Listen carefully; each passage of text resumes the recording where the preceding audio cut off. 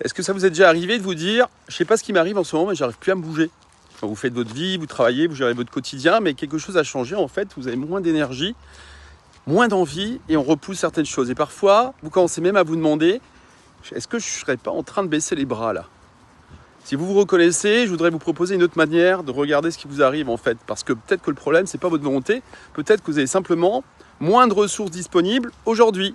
À cause de la fatigue, du stress, du sommeil, la charge mentale, les préoccupations, le changement de rythme, une période de vie aussi qui est plus exigeante. Et il ne faut pas oublier qu'on a aussi subi un été très très chaud, très poussiéreux, très pollué aussi. Alors tout ça, ça peut modifier notre capacité à nous mobiliser maintenant. Alors plutôt que de vous demander pourquoi j'ai plus de motivation, et c'est plutôt cette question, c'est de quoi est-ce que je manque réellement aujourd'hui? Et là, il arrive en fait un piège qui est très humain, on attend. Et on se dit, quand j'aurai plus d'énergie, je reprendrai. Quand j'aurai moins de problèmes, je prendrai soin de moi. Quand j'aurai retrouvé l'envie, je recommencerai. Et je comprends parfaitement cette logique, en fait, mais le problème, c'est qu'il y a certaines choses que vous attendez qui peuvent justement être favorisées par de petites actions, comme sortir, marcher au grand air, bouger, respirer, voir quelqu'un, dormir mieux, plus reprendre une petite routine, en fait, et faire quelque chose qui vous donne à nouveau le sentiment d'avancer. Et c'est là que j'aimerais vous présenter en fait une idée très simple. Quand votre énergie est basse, votre objectif n'est pas forcément de faire plus, parce qu'on ne peut pas de toute façon. Mais votre objectif peut simplement être de remettre du mouvement.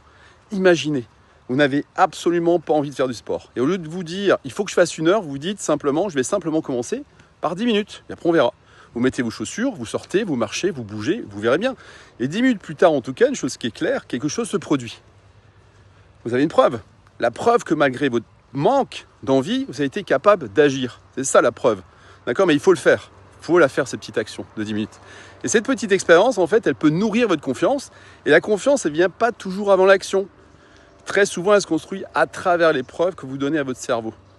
Comme je l'ai fait, j'ai tenu mon engagement, en fait. J'ai réussi à commencer, je suis capable.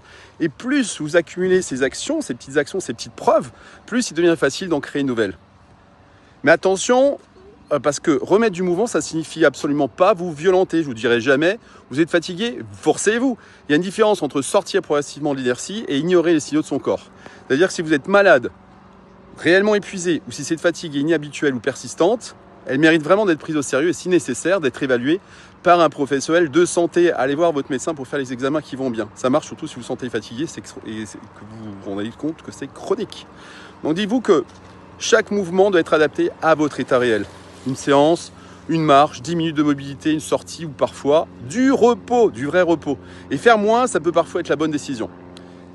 Et il y a autre chose aussi qui arrive souvent quand notre énergie baisse, tout semble urgent. Le travail, le corps, les relations, l'avenir, les décisions. Et on voudrait tout régler en même temps. Et là, on est en surcharge. Alors, la deuxième règle, c'est que vous n'allez pas vous demander qu'est-ce que je vais faire de ma vie, mais demandez-vous plutôt quelle est la prochaine décision juste pour moi. Juste pour moi, d'accord? Et c'est pour ça que je vais vous proposer un petit exercice. Prenez une feuille et vous écrivez qu'est-ce qui me vide? Une personne, peut-être une habitude, une situation, une obligation. Deuxième question, c'est qu'est-ce qui me nourrit? Personne, la nature, le mouvement, le repos, un projet peut-être, un rêve. Et troisième question, qu'est-ce que je peux changer cette semaine? Une seule chose, pas 15, une. Et lorsque vous envisagez d'abandonner quelque chose, posez-vous cette question. Est-ce que je peux réellement arrêter cette chose? Ou est-ce que je veux simplement arrêter de ressentir ce que je ressens actuellement? C'est pas la même décision. Voilà. Et je vais vous proposer également quelque chose que vous pouvez tester dès aujourd'hui. C'est-à-dire que lorsque vous vous dites « j'ai pas envie », ne négociez pas avec toute votre journée. Mais demandez-vous simplement « est-ce que je peux commencer pendant 10 minutes ?» 10 minutes, pas 1 heure, pas une nouvelle vie, 10 minutes. Et au bout de 10 minutes, vous décidez de continuer ou pas. Et j'aimerais vous laisser avec quelque chose d'encore plus important. Écoutez ce qu'on appelle le dialogue intérieur. Quand vous êtes fatigué, est-ce que vous vous dites, par hasard, je suis nul, je fais jamais rien correctement, je manque de discipline. Ok? Et maintenant, vous allez imaginer qu'une amie vous dise exactement la même chose. Est-ce que vous lui parleriez comme ça? Non, probablement pas. Alors essayez de vous offrir cette même qualité de regard. D'accord? Vous pouvez être exigeante avec vous-même sans être cruel. Soyez indulgente. Et maintenant, je vous propose une expérience. Pendant les 7 prochains jours, un petit mouvement chaque jour. Sortez, bougez, faites quelque chose qui vous nourrit, retirez quelque chose qui vous vide et chaque soir, écrivez simplement « Aujourd'hui, j'ai avancé lorsque… » etc. D'accord? Même si c'est minuscule, ça vous paraît minuscule. Parce qu'on ne cherche pas l'exploit, on cherche des preuves. Alors si en ce moment vous avez moins d'énergie, si vous doutez davantage, si vous avez l'impression d'avoir perdu quelque chose, ne concluez pas trop vite que vous êtes devenu faible. Peut-être que vous avez, je sais pas moi, simplement besoin d'une autre manière d'avancer. Plus petite, plus progressive, plus à votre rythme. En fait, plus adaptée à la personne que vous êtes aujourd'hui. Vous n'avez pas besoin de redevenir immédiatement celle que vous étiez. Vous avez simplement besoin de recommencer à vous faire confiance. D'accord? N'attendez pas de retrouver votre élan, en tout cas pour avancer.